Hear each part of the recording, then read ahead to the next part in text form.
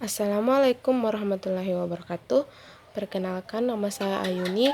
Di sini saya akan menjelaskan materi yang berjudul analisis aktivitas pendanaan. Analisis aktivitas pendanaan dibagi beberapa poin. Yang poin pertama itu adalah kewajiban. Kewajiban merupakan pihak keluar atas dan sumber daya perusahaan kini dan di masa depan. Terdapat dua jenis kewajiban. Yang pertama, kewajiban lancar.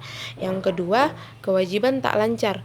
Kewajiban lancar ini merupakan kewajiban yang pelunasannya memerlukan penggunaan aset lancar. Terdapat dua jenis kewajiban lancar, yaitu timbul dari aktivitas operasi, yang kedua timbul dari aktivitas pendanaan. Yang pertama, timbul dari aktivitas operasi meliputi utang pajak, pendapatan diterima di muka, utang usaha, dan beban akrual lainnya. Yang kedua, timbul dari aktivitas pendanaan yang meliputi utang jangka pendek, bagian utang jangka panjang yang sudah jatuh tempo, dan utang bunga. Adapun kewajiban kedua yaitu kewajiban tak lancar. Kewajiban ini merupakan kewajiban tidak dalam waktu 1 tahun. Kewajiban ini meliputi obligasi, pinjaman, utang, dan usil bayar. Adapun analisis kewajiban, berikut beberapa fitur penting dalam analisis kewajiban.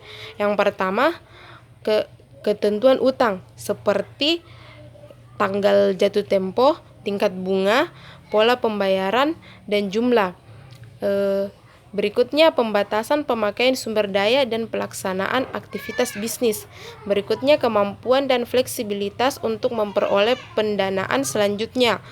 Yang terakhir, kewajiban untuk modal kerja seperti perbandingan utang terhadap ekuitas atau debt to equity, dan ukuran keuangan lainnya. Poin yang kedua itu adalah sewa, di mana sewa ini merupakan bentuk pendanaan yang populer, khususnya dalam beberapa industri tertentu. Ada dua jenis sewa. Yang pertama itu sewa pendanaan, dan yang kedua sewa operasi. Sewa pendanaan yang mana sewa pendanaan adalah yang mana pemilik mencatat sewa penjualan dan transaksi penyewa. Yang kedua, sewa operasi. Jika klasifikasi sebagai sewa guna usaha ini baik aset yang disewakan maupun kewajiban sewa diakui dalam neraca. Adapun analisis sewa, bagian ini melihat dampak operating lease terhadap analisis laporan keuangan dan memberikan petunjuk yang spesifik tentang bagaimana menyesuaikan laporan keuangan untuk operating lease yang seharusnya dicatat sebagai capital lease. Poin yang berikutnya adalah imbalan pasca pensiun. Terdapat dua bentuk imbalan pasca pensiun. Yang pertama itu imbalan pensiun, di mana pemberi kerja menjanjikan imbalan moneter kepada pekerja pasca pensiun. Yang kedua, imbalan pasca pensiun lainnya, di mana pemberi kerja menyediakan imbalan lain pasca pensiun, terutama pemeliharaan kesehatan dan asuransi jiwa.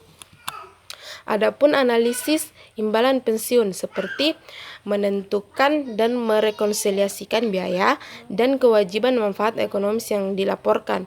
Yang kedua, membuat penyesuaian yang diperlukan atas laporan keuangan. Yang ketiga, mengevaluasi asumsi aktuaria dan dampaknya pada laporan keuangan.